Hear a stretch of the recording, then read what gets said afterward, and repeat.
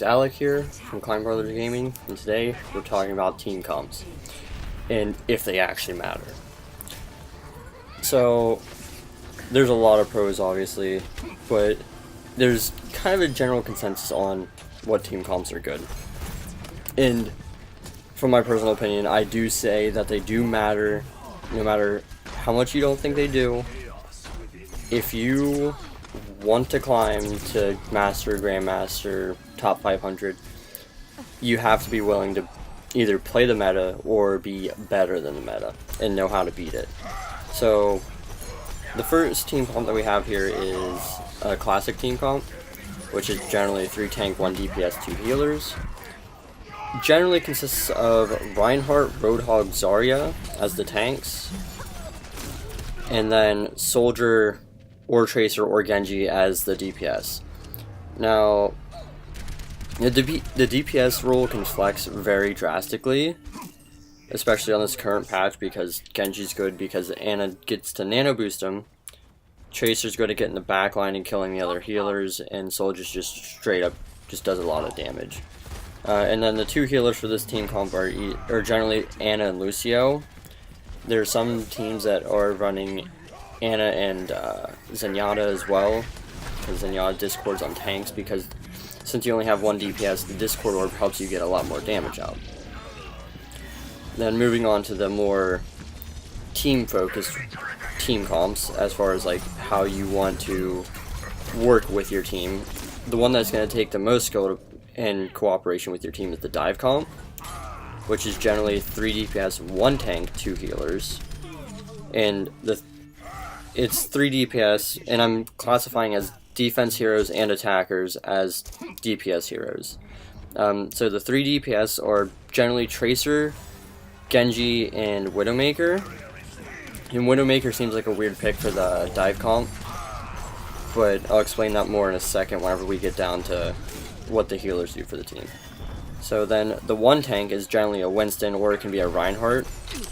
The Winston lets you dive in, or, I mean, it could be Winston, Reinhardt, or Zarya, because if your Tracer or Genji dives in, you can bubble them with a Zarya, or you can jump in with Winston and put your bubble down to protect your damage dealers. And then the 2 healers are Ana and Zenyatta. Ana lets you just get a lot of healing out, and good Anas will be able to hit smaller targets such as Tracer and Genji. And then Zenyatta, which he's just, like I said before, he lets you just put out a ton of damage.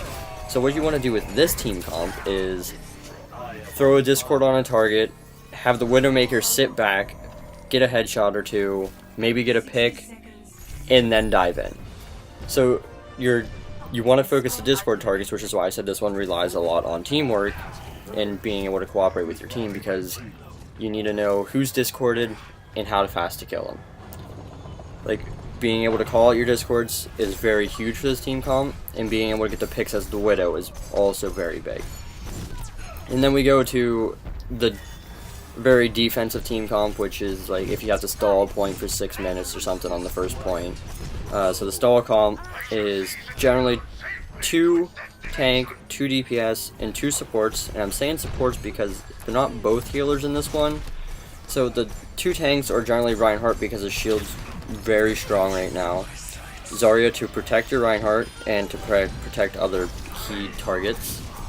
And then Mei and Torbjorn.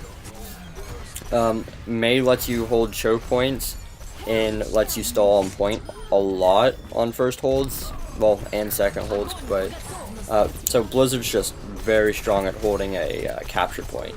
Not necessarily good on a payload, but I've seen some Blizzards do a lot of work. And then Torbjorn, he does a surprisingly high amount of damage, and he also lets you protect your team a lot because you can throw armor down and let your teammates pick it up.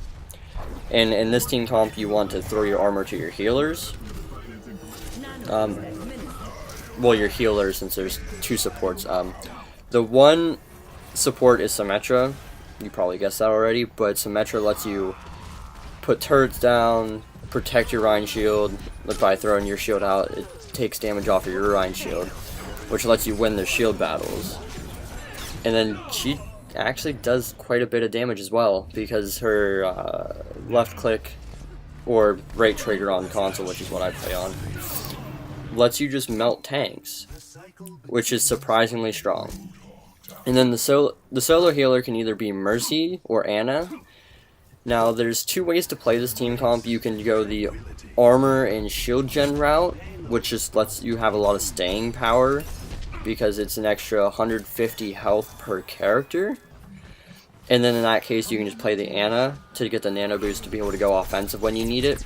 Or if you go the teleporter route with the Symmetra, you can play the Mercy and be able to get your Vezes off. Now, there's various ways to play all these different team comps, and these are for basically 2 CP maps, where you go capture the first point and then you go capture the second point. The classic team comp I still think's the best for payload objectives.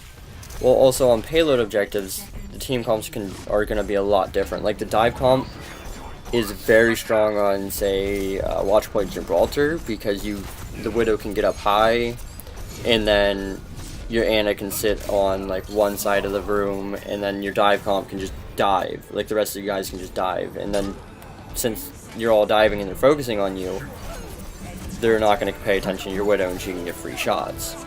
Now, I know this video was very short and very to the point, but if you guys want to see me going in depth on these team comps and specific maps or specific roles that each character on the team plays, let me know down in the comments. And since I'm a starting channel, I hate to keep asking, well, I hate to ask this, period. Leave a like and please subscribe for more Overwatch content in the future.